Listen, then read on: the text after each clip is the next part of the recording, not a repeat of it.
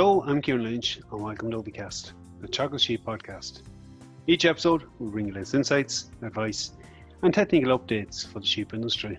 In this episode, I'm joined by Dr. Tim Keady to discuss the effect of autumn shearing on the performance of ewes, ewe lambs and store and finishing lambs. Tim takes us through the results of many studies conducted in the area, examining fertility traits, subsequent progeny performance, growth rate and carcass gain. Tim outlines what the measurable gains are and dispels some of the perceived performance benefits. Aside from the performance differences, we also discuss the management effects of shearing at this stage of the season. And we finish up with Tim's views on how late in the season he would consider shearing. We start off, however, with Tim discussing the cost of shearing versus return for wool at the moment and emphasising why it's important that producers get a benefit from shearing where possible. With current wool price, the value of a fleece of wool will only cover approximately 18% of the cost of shearing a ewe. Consequently, for a farmer to get a return on their investment, they must look at other options to see what has the impact of the time of year of shearing on increasing the productivity, particularly of their lambs.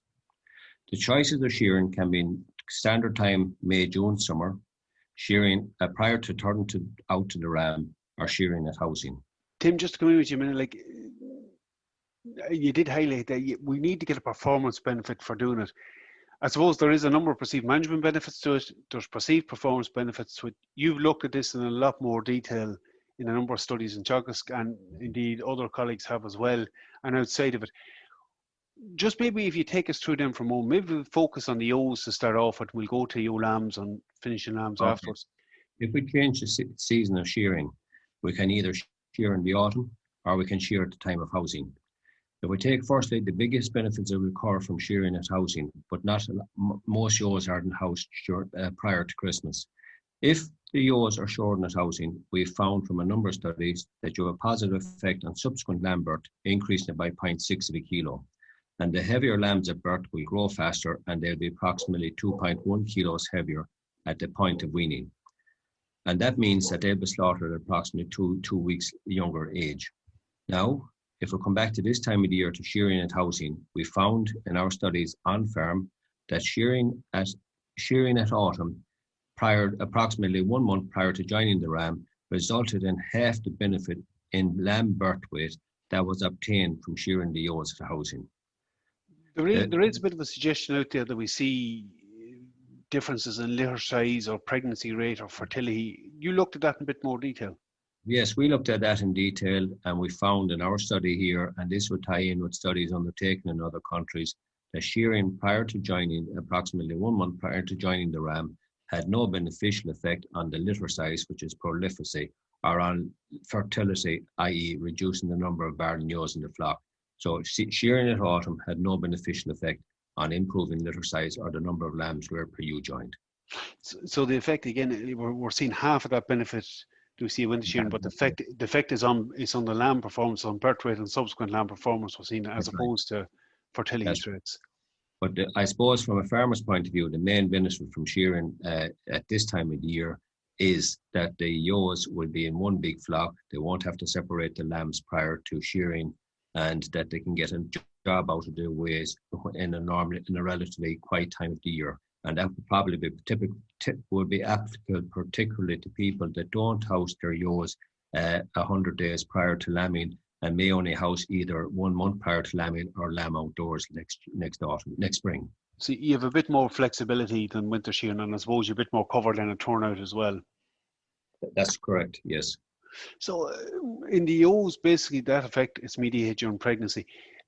In ewe lambs, Tim, just to keep the breeding flock in focus, we see flocks that typically shear in May or June, standard time of the year, but choose to shear the ewe lambs at this stage of the year. From a performance point of view, is there any difference in doing it at this stage of the year as opposed to leaving them unshorn? The simple answer to that question is no. And I based that on a number of studies that were undertaken back in the early 90s in Athenry and at Balclare, and also studies that you were involved yourself with, Ciarán, with us in the Better Farm program about 8 years ago, where we found when we shore ewe lambs that we had no beneficial effect either on litter size or we had no beneficial effect on increasing ewe lamb fertility. In other words, reducing the number of barren ewe lambs. So whilst we assured them, there was no beneficial effect in animal productivity or in lamb performance. Just when we come with lamb performance, like the whole idea of shearing store lambs, again, if we maybe just stay to the performance point of view, there's a strong perception out there that they thrive better, they flesh better, we get an increase in performance and they eat more. You've looked at that in detail too, and I know some ongoing work on that right at the moment is still looking at aspects of that in hill lambs as well. Does that materialise if you shear? Part of what you say is correct and part of what you say is incorrect. We undertook a study a number of years ago where we had 264 lambs. We offered them 10 different diets varying in level of concentrate. We found that whether you assured them or didn't shear them, there was no interaction with the type of diet that they were offered. To cut a long story short, on average, shearing the store lambs during the finishing period had increased food intake by 7%. But you're not rewarded for how much the lamb consumes, you're rewarded for the animal performance in terms of carcass gain. And we found that there was no beneficial effect whatsoever from shearing lambs during the store lambs for finishing indoors. There was no beneficial effect on carcass weight, on carcass gain, but actually you reduce the efficiency of utilization of metabolizable energy. In other words, the grams of carcass produced per megajoule of ME intake was reduced by 8% if you shored the lambs. What that means is it took more food and more energy intake to give you the same level of carcass gain as the lambs that weren't shored. So the thing is that if you do shear, the cost of shearing, the wool will not cover it. You're not going to get an increase in carcass gain, so you have to get your benefit to recover the additional costs. You're going to have to get the benefits from elsewhere in the system. So again, like as you clearly indicate, they do eat more, but we're losing out for heat loss and different things. So from we're back to the management benefits of it then. So I suppose you could throw out blowfly control, you could throw out animals not getting caught. It's relying essentially on that from your point of view, and even additional space during housing. It's them benefits we have to get from it to justify the cost of at this stage of the deal. Yes, they're the benefits you have to get from it. And also, if people were buying in-store lambs for finishing indoor, often they wouldn't be shearing them until late October, November, when they be going into the shed. And in that kind of situation, the only way you can get a potential benefit is if you can increase the number of animals in a given area. Okay. And also, the restriction on that will depend on the type of diet you're feeding the animals. That if they're getting ad-lib concentrate, you don't need the same amount of feed space. But if they're getting set amount of concentrate, then all the animals are going to have to feed the same feed space anyways.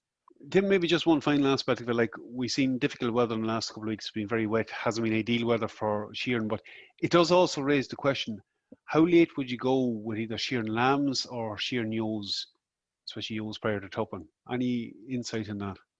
Yes, a small bit of insight. I suppose the biggest constraint is the day you're planned to join the ewes with the ram. And ideally, you'd like to have the ewes shored in approximately 3 to 4 weeks prior to joining.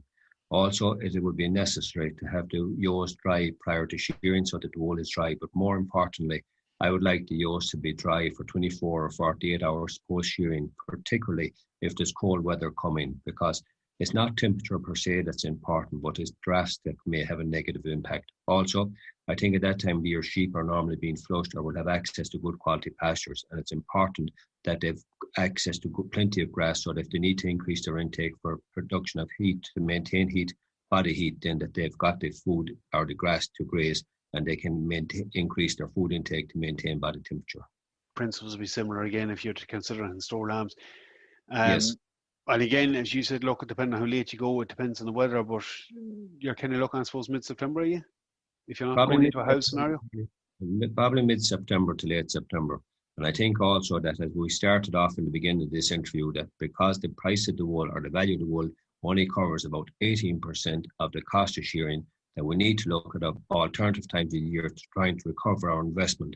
And as I said earlier on, the greater chance of increasing animal performance through lamb birth weight and subsequent weaning weight actually occurs at shearing at housing. So for farmers that are housing the ewes prior to Christmas or shortly after Christmas, they should seriously consider shearing at the time of the year rather than autumn shearing or shearing in the middle of summer. Tim, always good to catch up with you. Thanks again. Take care, Ciarán. Bye. Plenty as always to consider from Tim. He's done a lot of work in the area. The performance benefit from shearing at this stage of the season is really in ewes, and it's expressed in the progeny the following year. So we see about half the benefit that we get from winter shearing if we shear the ewes now in the autumn. Certainly gives us a bit more flexibility. We haven't seen any big performance differences in any other class of stock being shorn this time of the year. Has management benefits, as Tim alluded to, and certainly that needs to be weighed up and see how does it fit into your own system. That's it for me for this episode. Again, for any updates from the sheep program, keep an eye on our Twitter page of Teagasc Sheep. Don't forget to subscribe, tune in to future episodes and listen back to previous ones. I'm Ciarán Lynch. Thanks for joining us. Hope you can again soon.